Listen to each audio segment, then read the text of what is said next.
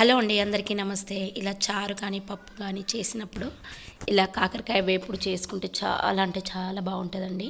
నా వాయిస్ మాత్రం కొంచెం డిఫరెంట్గా ఉంది, జలుబు అయిందండి. అందుకోసం అయితే వాయిస్ అయితే చేంజ్ వస్తుంది.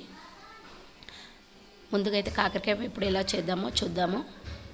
కాకరకాయ ముక్కలన్నీ చిన్న చిన్నగా కట్ చేసుకోవాలండి. దాంట్లో ఉన్న గోజు తీయవలసిన అవసరం లేదు.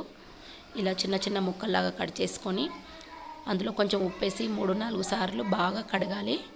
అలాగే స్టవ్ ఆన్ చేసేసి పొయ్యి మీద కడాయి పెట్టి, కడాయి బాగా వేడైన తర్వాత 2 చెంచాల నూనె అయితే పోయాలి.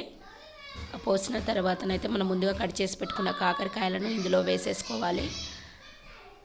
అలాగే కొంచెం ఉప్పు వేసి దీన్ని అయితే మంచిగా చిన్న మంట మీద ఫ్రై చేయాలండి. చాలా అంటే చాలా టేస్ట్ ఉంటుంది. అవి ఫ్రై అయ్యేలోపు ఒక 8 వెల్లిపాయలు తీసేసుకొని పొట్టు తీసి ఇలా కచ్చాపెచ్చ దంచేసుకోవాలి. కొంచెం అయితే ఫ్రై అయిపోయినాయండి. ఇవి మీడియం సైజ్ అన్నట్టు మీడియం సైజులో కట్ చేశాను నేను కాకరకాయలు.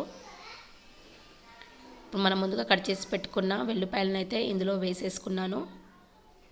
చూడండి ఎలా కనిపిస్తున్నాయో వెల్లిపాయలు. ఆ వెల్లిపాయల వాసన చాలా అంటే చాలా బాగుంటుంది. నాకైతే ఇష్టం అన్నమాట. ఇంకా వెల్లిపాయలు చాలా వేస్తాను. ఇలా మంచిగా ఫ్రై అయిపోయిన తర్వాత 1 చెంచా పసుపు, అలాగే 1 చెంచా ధనియాల పొడి కూడా వేసేసుకోవాలి. అలా వేసి ఒకసారి మొత్తం కలపాలండి.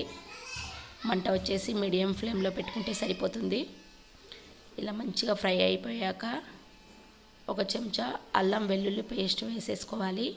పచ్చి వాసన పోయేంత వరకు చిన్న మంట మీద మగ్గించాలండి. ఇలా ఫ్రై అయిపోయిన తర్వాత చాలా అంటే చాలా టేస్ట్ ఉంటుంది. ఒకసారి ట్రై చేయండి ఫ్రెండ్స్, చాలా బాగుంటుంది. చూడండి ఎంత యమ్మీగా కనిపిస్తుందో, చేదు అస్సలు ఉండదు. ఇలా ఫ్రై అయిపోయాక మీ ఫ్రై తగ్గట్టు కారం వేసుకోండి. నేనైతే 1 చెంచా వేసాను. చాలా టేస్ట్ ఉంటుందండి. ఇది చిన్న మంట మీద ఫ్రై చేసేసుకోవాలి.